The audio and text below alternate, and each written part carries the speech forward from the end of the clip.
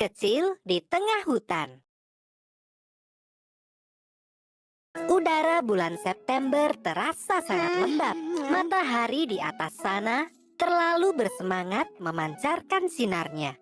Seharusnya hari ini menjadi pendakian yang sempurna bagi Ben. Tapi nyatanya tidak. Karena saat ini dia tersesat dan tidak tahu arah yang benar. Rasanya aku cuma berputar-putar saja, keluh Ben. Hampir 2 jam dia berjalan tak tentu arah.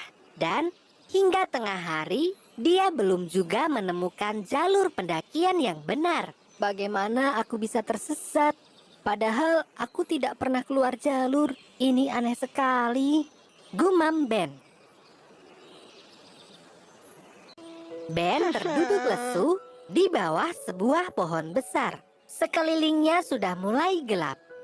Di hutan ini memang tidak ada hewan buas seperti harimau atau serigala.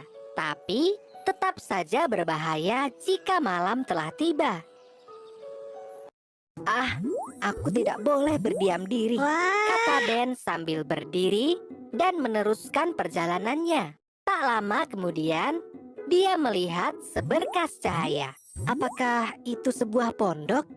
Ben berjalan semakin cepat. Dan ketika dia telah dekat dengan sumber cahaya itu, wajahnya tersenyum lebar. Oh benar, itu sebuah pondok. Aku selamat, pekik Ben. Harapannya kembali muncul. Tok-tok, Ben mengetuk pintu pondok. Sesaat kemudian, seorang gadis kecil muncul dari balik pintu yang terbuka. Oh, halo, namaku Ben. Dan aku saat ini tersesat. Apakah orang tuamu ada? Aku ingin minta bantuan. Gadis itu terbelalak ketakutan dan berusaha menutup pintu. Namun, dia kalah cepat dari Ben. Satu tangan Ben berhasil memegang pintu sebelum tertutup sepenuhnya sambil berteriak, "Hei, aku benar-benar butuh pertolongan." "Tidak, kau harus segera pergi dari sini, Tuan.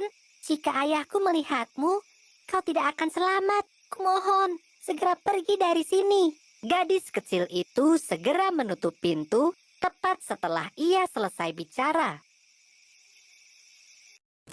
Akhirnya, Ben memutuskan untuk berkemah. Dia sudah jauh dari pondok itu. Semestinya, dia sudah aman. Meskipun sebenarnya, dia tidak paham akan ucapan gadis kecil itu. Ben menghela nafas. Memangnya ayah si gadis tadi siapa? Apakah seorang penjahat? Tengah malam, Ben telah tertidur dengan pulas. Nyala api unggun sudah hampir padam. Hanya tersisa retihan-retihan kecil yang bahkan tidak cukup untuk membuat tubuhnya hangat. Ben semakin bergelung di dalam kantung tidurnya ketika dia mendengar sebuah suara mendekat. Ben terbangun. Dan dia terkejut saat melihat gadis kecil tadi telah berada di dekatnya. Setelah dilihat lagi, gadis kecil itu sangat lusuh. Dia bahkan tidak mengenakan alas kaki. "Kau harus segera pergi, Tuan. Tidak aman bagimu untuk tetap berada di hutan ini. Ayahku bisa menemukanmu kapan saja. Segera kemasi barangmu dan pergi dari sini. Aku akan menunjukkan jalannya padamu," kata gadis kecil itu dengan lirih. Entah apa yang terjadi, tapi Ben mengikuti semua perkataan si gadis kecil.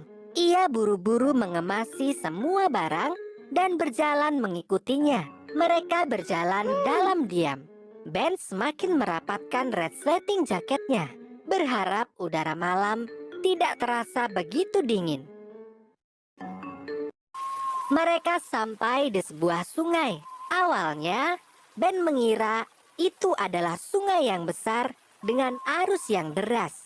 Karena sejak dari kejauhan, suara gemuruh air sudah terdengar. Tapi anehnya, sungai itu setenang sebuah lukisan. Hampir tidak ada pergerakan di permukaannya. Bagaimana ini terjadi? Tanya Ben dalam hati. Di atas sungai itu ada sebuah jembatan yang sama anehnya. Jembatan itu tidak memiliki tiang penyangga dan juga tidak tertambat di sisi manapun. Seolah jembatan itu melayang. Kau yakin akan melewati jembatan ini? Tanya Ben dengan ragu-ragu. Namun, gadis itu hanya menoleh sebentar tanpa mengucapkan sepatah kata pun. Ben menyeberangi jembatan itu dengan kaki gemetar.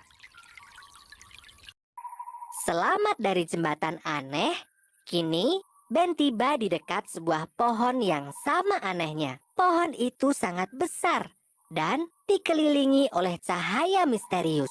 Seolah pohon itu mengeluarkan cahayanya sendiri. Kabut tipis yang mengelilingi menambah kesan seram dan membuat bulu kuduk berdiri.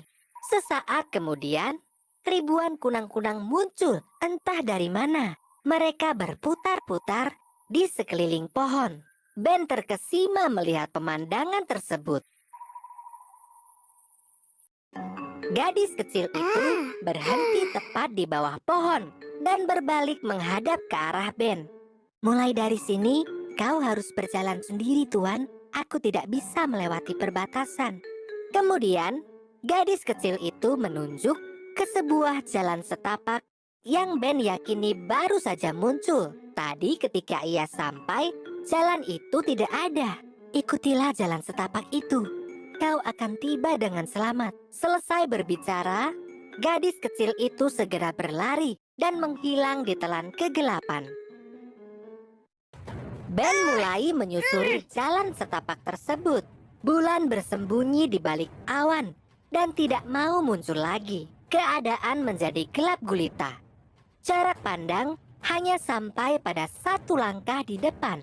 Seolah nasib buruk belum cukup, kaki Ben tersandung batu dan ia terjatuh berguling-guling di tanah. Kepalanya terbentur sebuah akar pohon dan dia pingsan seketika. Anak muda, apakah kau sudah sadar? Tanya sebuah suara.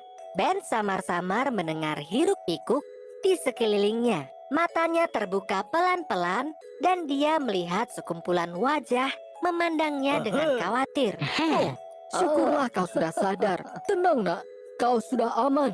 Kami akan membawamu ke rumah sakit segera. Kau harus segera mendapatkan pertolongan medis setelah hilang selama 7 hari.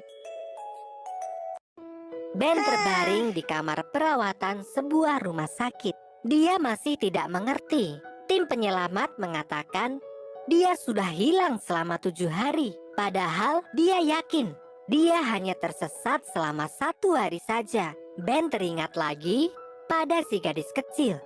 Siapakah dia? Jauh di dalam hutan, gadis kecil itu duduk di depan pondoknya. Wajahnya terlihat lesu, namun matanya bersinar dengan tajam. Sebuah bayangan gelap tampak di belakangnya. Gadis kecil itu berkata, "Maaf ayah, lain kali aku tidak akan ikut campur. Berhati-hatilah selalu saat kau mendaki. Jangan sampai kau bertemu dengan ayah gadis kecil tersebut."